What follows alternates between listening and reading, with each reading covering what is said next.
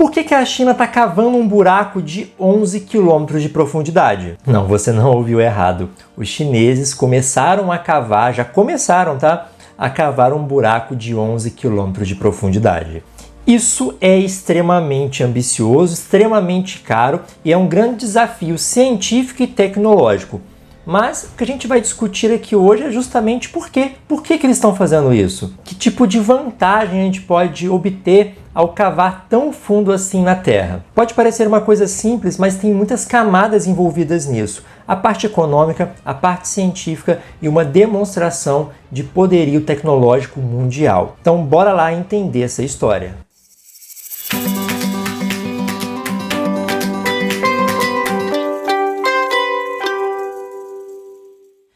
Bom, pessoal, a China começou a cavar um buraco que terá mais de 11 quilômetros de profundidade quando finalizado. Bom, e o trabalho de perfuração já começou em meados de maio no deserto de Taklamakan, que é o segundo maior deserto de dunas do mundo, que fica localizado ali na região noroeste da China, numa região autônoma. Segundo os pesquisadores chineses, esse poço vai atravessar mais de 10 estratos geológicos e vai atingir camadas que remontam ao período Cretáceo do planeta. Ou seja, esse buraco vai atingir camadas mais antigas que 66 milhões de anos atrás. A duração prevista do projeto é de 457 dias, o que daria ali mais ou menos 1 ano e 3 meses. E mais de 2.000 toneladas em equipamentos e máquinas serão utilizadas para cavar esse buraco até o final. Ainda segundo os autores ali do projeto do buraco, existem 2 objetivos que a China deseja atingir com a conclusão desse projeto.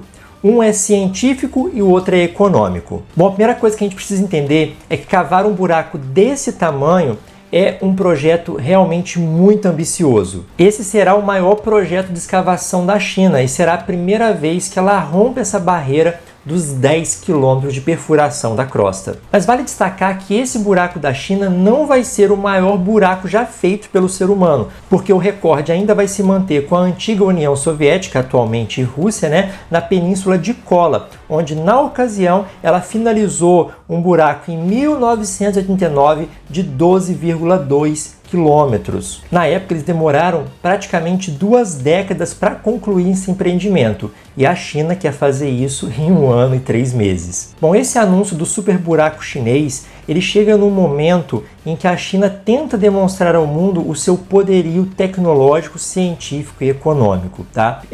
Nesse mesmo ano, ali no mês de maio mesmo, a China já encaminhou astronautas à sua estação espacial. Vale destacar que a China tem uma estação espacial, existe a Estação Espacial Internacional, que é a mais famosinha, que é a mais falada pela imprensa, que é liderada ali muitas vezes pelos Estados Unidos, A NASA acaba tomando todos os holofotes da Estação Espacial Internacional, mas a China tem a sua também. E ela enviou mais 3 astronautas para lá e ela pretende levar o homem à Lua até 2030. Então, esse anúncio desse super buraco, na verdade, muito mais do que as conquistas econômicas e científicas que eu vou citar a seguir, ele também representa uma demonstração de poder tecnológico e poder econômico para os outros países. É um recado, tipo assim, olha só o que a gente consegue fazer aqui. E a gente pode comparar esse buraco lá da China com o buraco cavado na época pela União Soviética. Até 89, a gente tem que lembrar, estava em vigor no mundo o que a gente chamou de Guerra Fria, aquela disputa ideológica, política entre Estados Unidos e União Soviética, entre capitalismo e socialismo, onde os dois países tentavam ali medir forças em diversos aspectos, militar, econômico, científico, tecnológico, e a União Soviética e os Estados Unidos tentavam fazer isso. Os Estados Unidos já tentaram fazer um super buracão desse e a União Soviética também. Vamos dizer que nessa parte do maior buraco a União Soviética ganhou, porque até hoje o buraco que ela fez lá na Península de Kola, que ela concluiu em 1989, é o maior buraco já feito pelo ser humano. A ideia na época, além de demonstrar esse poder tecnológico para a nação inimiga, no caso dos Estados Unidos, e os Estados Unidos também queria fazer a mesma coisa para a União Soviética, o objetivo científico disso era entender melhor as características químicas e físicas das camadas mais profundas da crosta. Muita gente me pergunta como que a gente sabe o que tem lá embaixo se a gente nunca conseguiu chegar ao manto, né? Já que o buraco mais profundo tem aí 12 quilômetros, como que a gente sabe o que tem abaixo desses 12 quilômetros? E os terremotos acabam nos auxiliando nesse cenário, porque quando acontece um terremoto, as ondas sísmicas elas acabam penetrando essas camadas do interior do planeta e são refletidas de volta para a superfície. Uma vez a gente interceptando essas ondas sísmicas e analisando as suas características, a gente consegue saber a natureza do material que está ali embaixo, tanto a natureza química quanto a natureza física.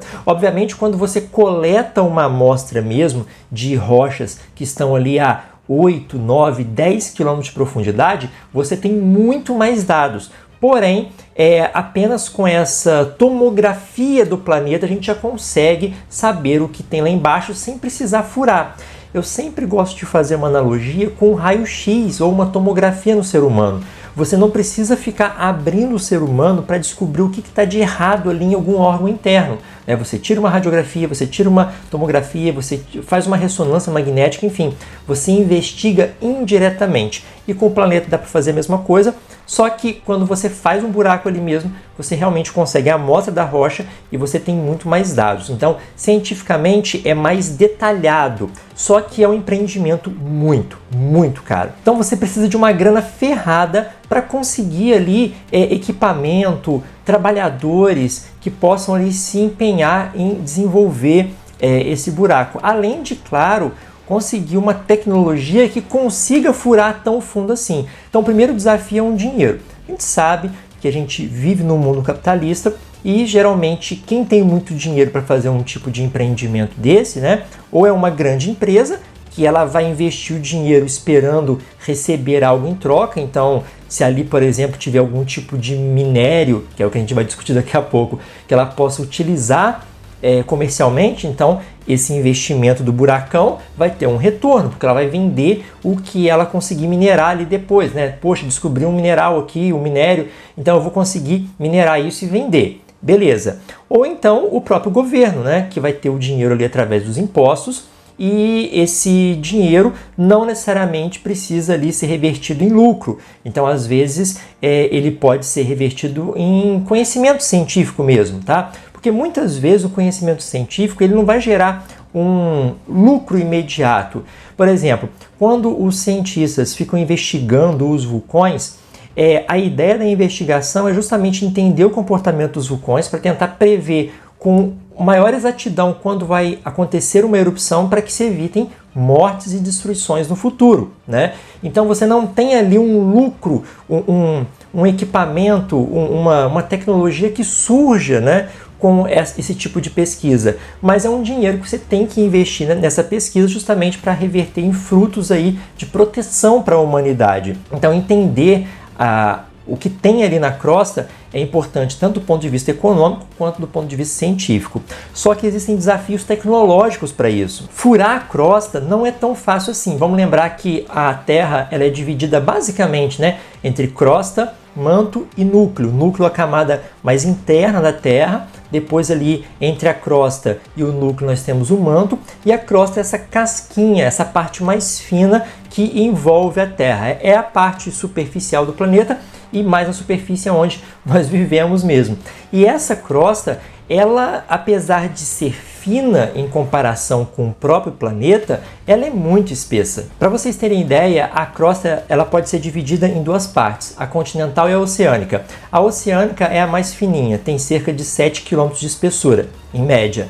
Já a continental chega a ter 40 km de espessura em média, sendo que as espessuras extremas variam entre 5 e 70 km. Esses 5 km aqui, pessoal, que é bem fininho, aí vocês podem estar imaginando, pô, professor, por que eles não furam onde a crosta é fininha? Por que não furam onde a crosta tem 5 km?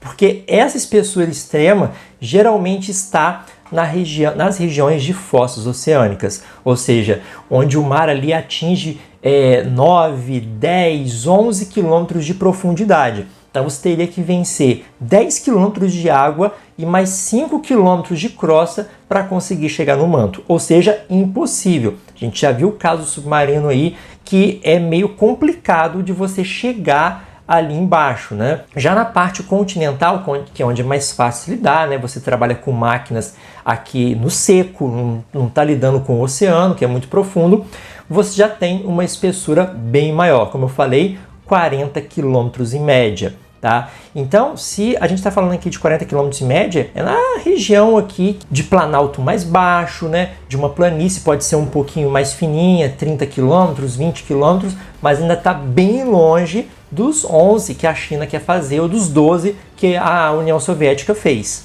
Além disso, além dessa espessura enorme, que você já teria um problema em fazer uma broca com esse tamanho todo, isso já é um conhecimento científico e tecnológico muito avançado. Você precisa ter um equipamento muito robusto, muito bom para atingir essa profundidade.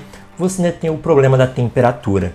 Gradiente geotérmico. O que é isso? Quanto mais fundo a gente vai na crosta, mais quente fica. Na verdade, deixa eu falar alguns números para vocês. A cada 33 metros de profundidade, a temperatura aumenta cerca de 1 grau, ou seja, cerca de 3 graus a cada 100 metros de profundidade, ou 30 graus a cada 1 quilômetro de profundidade. Então a gente está falando aqui de mais de 300 graus Celsius para lá dos 10 quilômetros de profundidade.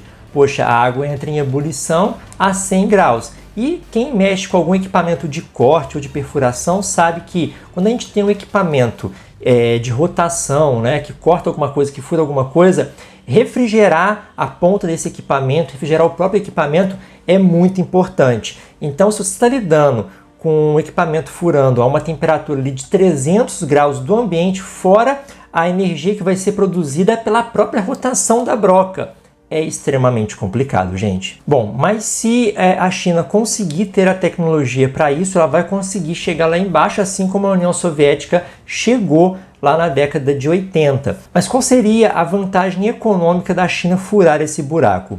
A busca por petróleo e gás. Petróleo e gás são combustíveis fósseis que são encontrados em rochas sedimentares. Essas rochas sedimentares geralmente acontecem em maior abundância nos oceanos, mas também nos continentes. Existem pontos em que nós temos bastante dessas rochas sedimentares que podem ser exploradas, justamente porque aquelas partes um dia já foram oceano, já foram fundo de mar e tinham as condições há milhões de anos atrás para a formação do petróleo e do gás natural. Com a movimentação dos continentes, né, com a nova configuração dos continentes, áreas que hoje são continentais, um dia já foram oceanos e, portanto, podem ter petróleo. E esse deserto lá do noroeste da China, né, ele tem um potencial de ter algumas reservas de petróleo e gás e a China quer justamente buscar isso. Ah, professor, mas não dá para fazer isso usando aqueles métodos indiretos que você mencionou? Com certeza dá. Inclusive, se a China está furando lá, é porque ela já tem certeza que tem alguma coisa ali, né? Ela não está furando naquele local à toa. Só que vai muito além de descobrir o petróleo e gás, né? Porque uma coisa é você descobrir a reserva ali. É sempre importante você perfurar e retirar a amostra desse petróleo e desse gás para que você consiga analisar a qualidade do material. Dá para investigar de maneira indireta também? Dá, mas como eu falei, se você tem a amostra do material, você tem muito mais dados. Além disso, esse furo permitiria à China testar os equipamentos de perfuração. Então, para você conseguir explorar esse petróleo, você tem que conseguir extraí-lo. E para isso, você precisa fazer o buraco. E para fazer o buraco, você tem que testar para ver se você consegue fazer o buraco, né? Porque imagina, investir a construção de uma refinaria ali e chegar na hora você não conseguir furar. Então, primeiro você testa, saber se você vai conseguir furar o buraco primeiro, para depois construir todo o equipamento ali de prospecção e de refino, né? Se for o caso do petróleo também. Então a ideia da China é justamente testar os equipamentos que permitiriam fazer um buraco que poderia extrair o petróleo da região do deserto, sacou? E o outro objetivo, como eu falei, é o objetivo científico. É você conseguir ali extrair as rochas e minerais de vários estratos geológicos do passado. Assim você consegue descobrir como era a Terra no passado, né? Então imagina, você pegando amostras de rochas de 10 mil anos, de 50 mil anos, de 100 mil anos, de 1 milhão de anos, 50 milhões de anos, você consegue saber, por exemplo, quando tiveram grandes erupções vulcânicas, o quanto de cinza, lava foi depositado ali, como é que foi a transição entre oceano e continente, continente e oceano no passado, como era o clima daquela região no passado, que tipo de animal habitava ali se você encontrar algum vestígio fóssil, enfim, você consegue descobrir um monte de coisas analisando essas rochas que estão ali. Bom, e além das condições lá de baixo, né, que eu mencionei para vocês, tem outro detalhe. A gente está falando de um deserto. E pelo que eu vi aqui na internet, as temperaturas nesse deserto, o deserto de Taklamakan, elas são extremas como em qualquer outro deserto, né? Elas chegam a menos 20 graus Celsius no inverno. A gente tem que lembrar que durante a noite um deserto faz muito frio e no verão, durante o dia, as temperaturas chegam a 40 graus Celsius. Então essas temperaturas extremas, essa amplitude térmica muito elevada é um fator ali que vai dificultar tanto para o maquinário operar como também para os trabalhadores. Bom pessoal, esse foi o nosso vídeo de hoje. Tá aí o buraco que a China quer fazer, aliás, o buraco que ela já está fazendo. Comenta aqui embaixo se você já sabia que a China estava perfurando esse buracão. E ó, vou lembrar de novo vocês, vou deixar meu link da Amazon aqui embaixo. Já tem muita gente comprando por lá, aproveitando as ofertas, os descontos. Valeu para quem já está comprando. Então, se você ainda não comprou nada, aproveite meu link embaixo, clique e compre algumas coisas para você também. Eu vou ficando por aqui. Ó, se você chegou aqui por acaso e gostou desse vídeo, se inscreva, ative o sininho. Ah, e deixa o like, hein? Chegou aqui até o final do vídeo, gostou do que ouviu e não deixou o like? Sacanagem, né? Deixa o like aí para você não esquecer. E eu vou deixar aqui do lado o vídeo completaço que eu fiz do buraco que a União Soviética fez lá durante a Guerra Fria. Eu já tinha feito um vídeo completo sobre esse tema, eu vou deixar aqui do lado linkado. E também vou deixar na descrição desse vídeo, tá bom? Um grande abraço para vocês, uma boa semana e até a próxima. Tchau, tchau.